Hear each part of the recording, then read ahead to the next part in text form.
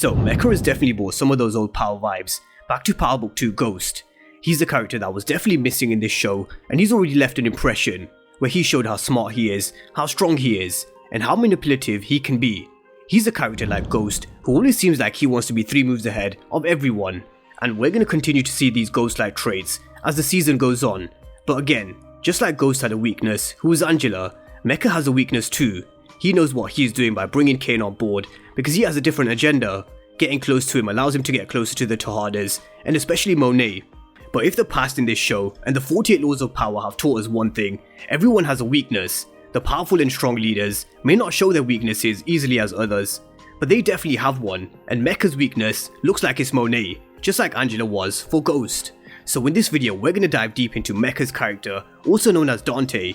He also has a nickname for Monet, which is Nene, and I will be going through the backstory in a bit more detail, as well as his agenda and potential connections that he may have to not just Monet, but to other potential characters in the Power universe, past, present, and especially this. Okay, does Ghost have a secret sister? No, not a sister. Hint, hint, hint, hint, hint, hint, hint, hint, hint, hint, hint, hint, hint, hint, hint, hint. So stick with this video till the end so you get a full backstory and picture of Mecca's character. And why I mentioned a while ago, we could see Lorenzo vs Mecca at some point.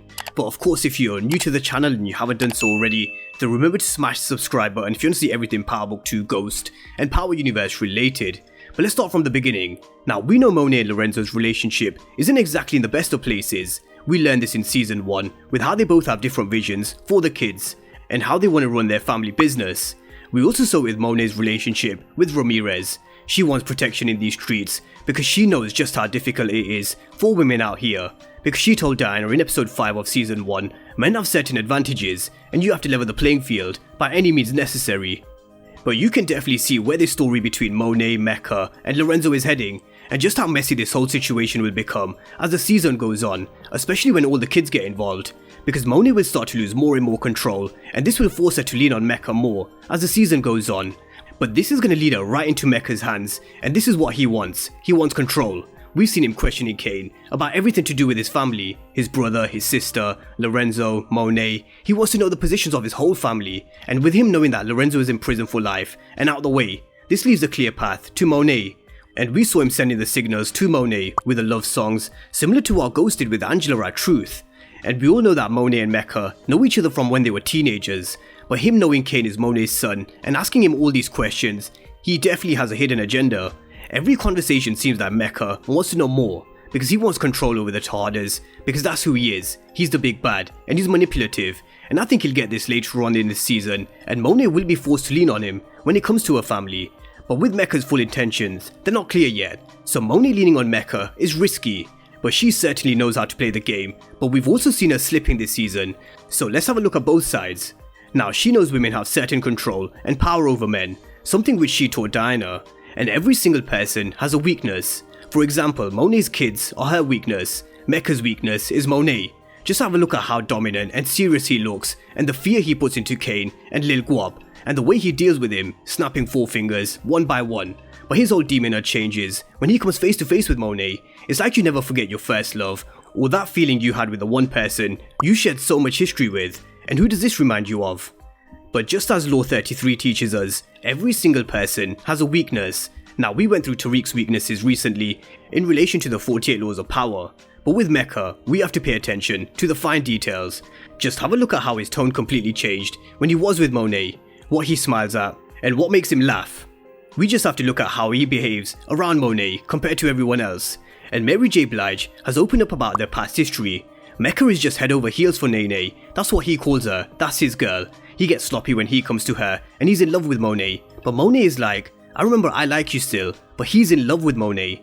Now Courtney Kemp said, let's just say they had a relationship when they were teenagers, and he went off, and now he became an international man of mystery, and he's come back into her life at a real inopportune moment, which is when these people show up, it's never a good time. And this tells us that the relationship that Monet and Mecca had in the past seems like it was broken and not really be able to happen due to circumstances which they couldn't control. For example, how Monet's father wasn't too happy with Monet seeing Mecca. And again, what does this remind you of? It's a very similar situation to what we saw with Ghost and Angela, because Angela's father always used to chase James St. Patrick down the street because he knew he was just a corner boy and he wanted him to stay far away from Angela. But Monet knows a man doesn't fall in love with you, he falls in love with an image of himself that he sees in your eyes. If you make him feel like he's God, you'll have control over him, and this is something she explained to Diana in season 1 episode 5. But will she see the bigger picture with Mecca before it's too late?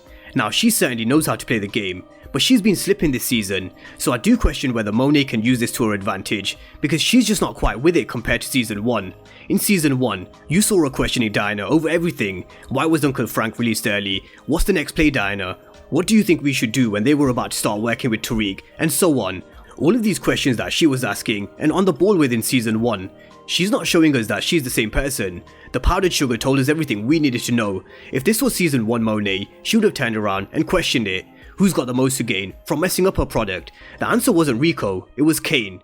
So Monet is definitely slipping this season, but will it be too late before she comes to her senses?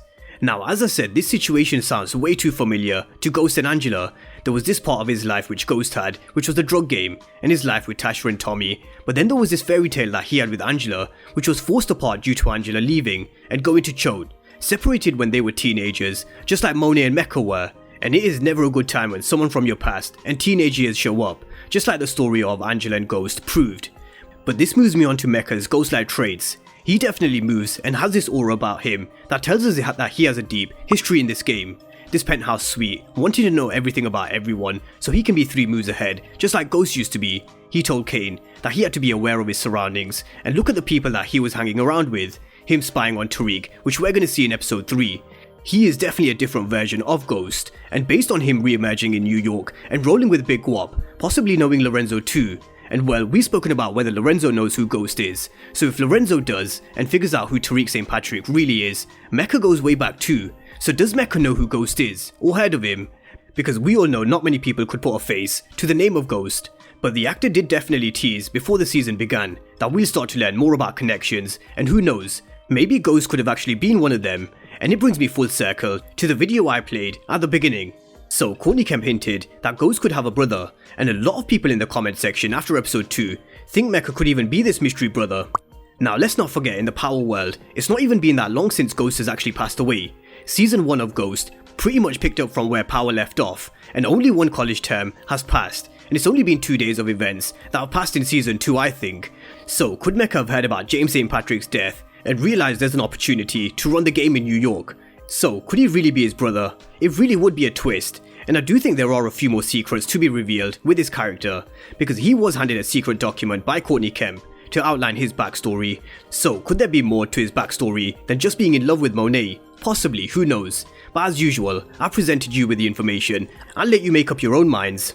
So that's just a breakdown of Mecca's character, his past connections with Monet, his manipulative ways, but also his weaknesses, because all leaders have one. But the question is, what is Mecca's endgame for the Tejadas? Because his endgame will be different to Lorenzo's, and when he finds out that there is another man out there controlling his family and the game with Monet, it will definitely lead to Lorenzo versus Mecca in my opinion. But let me know your thoughts down below in the comment section about his ghost-like traits, how his story with Monet is so similar to Ghost and Angela's story, and CK's comments on Ghost having a brother, and could Mecca be that person? Drop all your thoughts down below in the comment section, and of course if you're new to the channel and you haven't done so already, then remember to smash the subscribe button if you want to see everything Power Book 2 Ghost and Power Universe related. But as always, thank you guys for watching, and I'll see you next time.